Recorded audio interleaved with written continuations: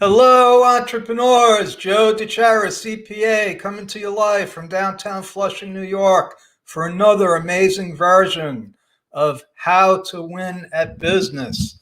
And if you're watching live, please give me a hashtag live. If you're watching the replay, give me a hashtag replay because it makes me feel really good. If you don't know me, like I said, I'm a CPA over 35 years. I've been working with very, very small businesses for the last couple of years, so small that they're not even started yet, most of them.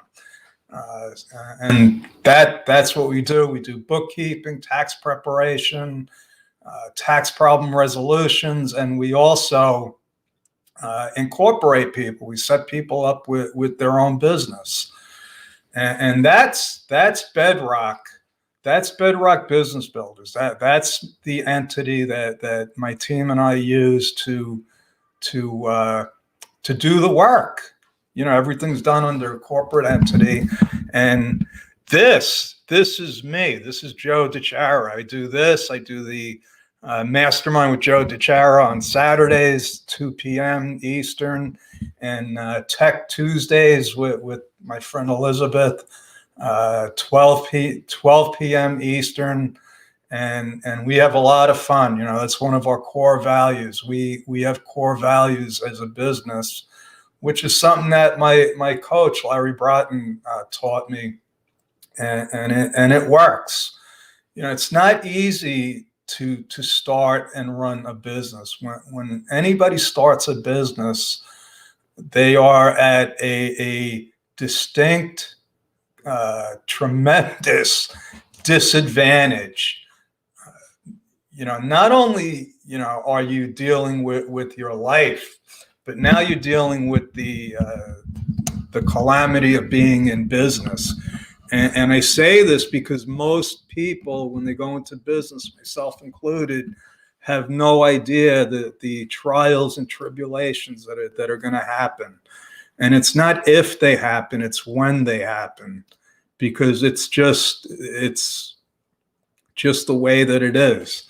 And what we do is we try to help prepare people for what's you know gonna what lies ahead, because there's no way it's going to happen. There's no way you're going to become successful without some pain and suffering. So as soon as you can accept that, you know, you have a much better chance at success. And what's come to my attention lately, even more so, is that we have a tremendous problem in this country with people finding and using qualified tax preparers. Way too many people try to do it themselves. Way too many people get into trouble because they try to do it themselves. And I think that a big problem is the fact that if you don't know somebody in business, and even if you do, maybe you have the wrong idea about what accountants do and how to hire them and what questions you should ask. Because to be honest with you, most people do not ask me the right questions. And there is a big communication gap between people that are just starting out in business and what's needed, what's really needed. You know, when you talk to somebody like Larry Broughton, Larry will tell you, don't even go into business if you can't afford an accountant. That's pretty tough, you know, because the truth is that most people, when they go into business, aren't on a shoestring. Most people don't have access to capital. Most people are looking at, you know, living from week to week or even day to day sometimes. And they may not see the value in hiring an accountant right away. And it's easy to put it off. Say, oh, I'll hire somebody to help me with that when I start making money, which is another thing, because most people that start out that way don't make money. They wind up spending money. So, it's like a catch-22. Where do you start? What came first, the chicken or the egg? Do you hire an accountant before you start your business, or after, or sometime in between? When does it start? Well, it should start, and you're talking to an accountant.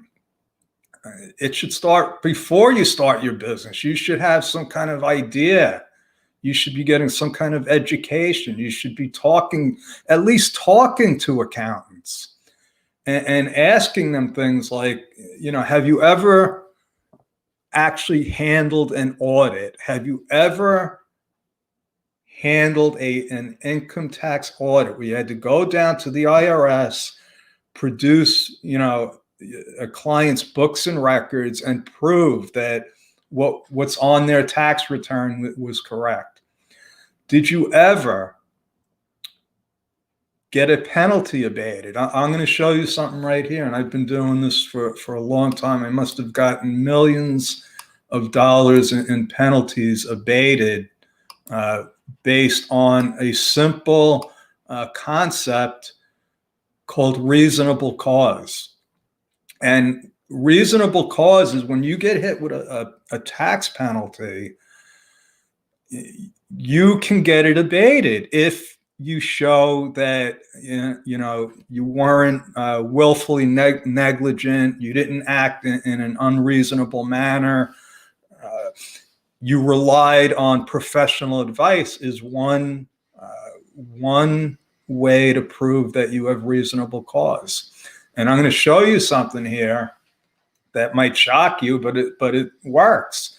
So plenty of times when people come to me and they have a penalty from some schlock accountant that did something stupid, or they did it, and so I use they got poor professional advice. They did everything a reasonable person could do, and they messed up. Reasonable cause is also if the IRS gives you written advice and it's wrong, and that just doesn't happen.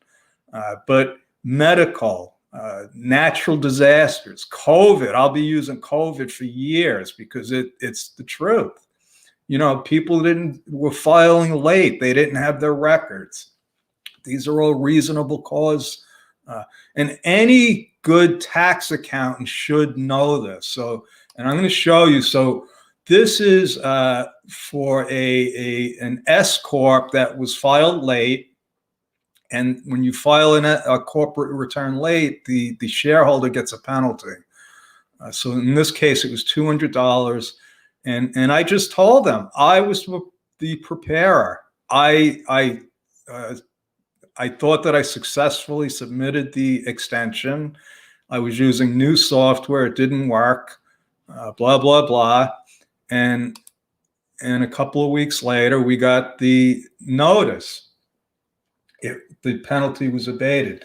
Now, in this letter, the person was kind of cute, and they said, "Oh, we're only giving this to you because it was your first year." Well, that's another thing. The IRS won't tell you that, but if the first year you're in business, you could say, this was my first year in business, and I didn't know, and I didn't have an accountant, and I won't do it again. So you need to, if you're going to hire an accountant, the accountant needs to know how to go to war for you, because that's what I do all the time on a daily basis. And some of the things that I'm seeing out there are scary, because you cannot just take an H&R Block course and then decide that you're going to prepare taxes. Because what you read in a book and what happens in real life are two totally separate things. Okay? You can't equate what's in the instruction books, in the IRS instruction books, because there's a lot that's not in there. There's a lot that's not in there. And the only way to know what is acceptable in preparing taxes and keeping books and records comes with experience. That is the only way. So if you're looking for an accountant, you need to find out how much experience do they have? How many years, how many hundreds or thousands of clients have they worked with?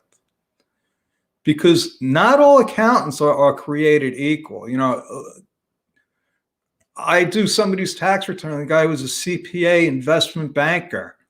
He spent 2 years doing taxes in a big CPA firm. He didn't want to be bothered keeping up with the tax laws and everything.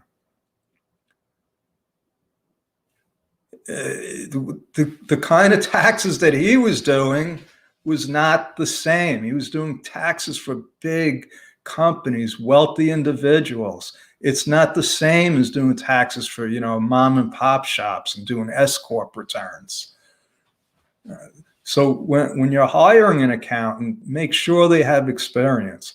Now, firms like H&R Block, R&G Brenner are fine because they're going to make sure at least that your return is accurate and that, you know, your chances of getting audited are slim. Okay? Because the IRS knows when there's H&R Block on the tax return, the chances are that return is going to be backed up with documentation because that's what they look for. The problem with companies like H&R Block is that those are tax preparation firms. You go there once a year. There's very little planning done. There's very little creative tax work being conducted. So, you know, that's my story for tonight, folks. I'm sticking with it. I got some crazy divorce cases where I can't believe that wealthy individuals get divorced. They have their attorneys put all kinds of tax ramifications in there where you're going to split the refund, you're going to claim the kids. And now I find out that most of them don't even consult with an attorney, with the tax person to try to see if what's in the agreement is going to even go according to what the IRS rules are. So there's some crazy stuff going on out there, folks, when it comes to getting taxes done. And you know, the funny thing is, I've been trying to get out of doing this kind of business for a long time until a couple of years ago, when I realized that I can actually help a lot of people just by doing bookkeeping and tax return. And that's a great thing. So that's my story. I'm sticking with it. God bless. I will see you again tomorrow for another amazing version of how to win a business. Thank you.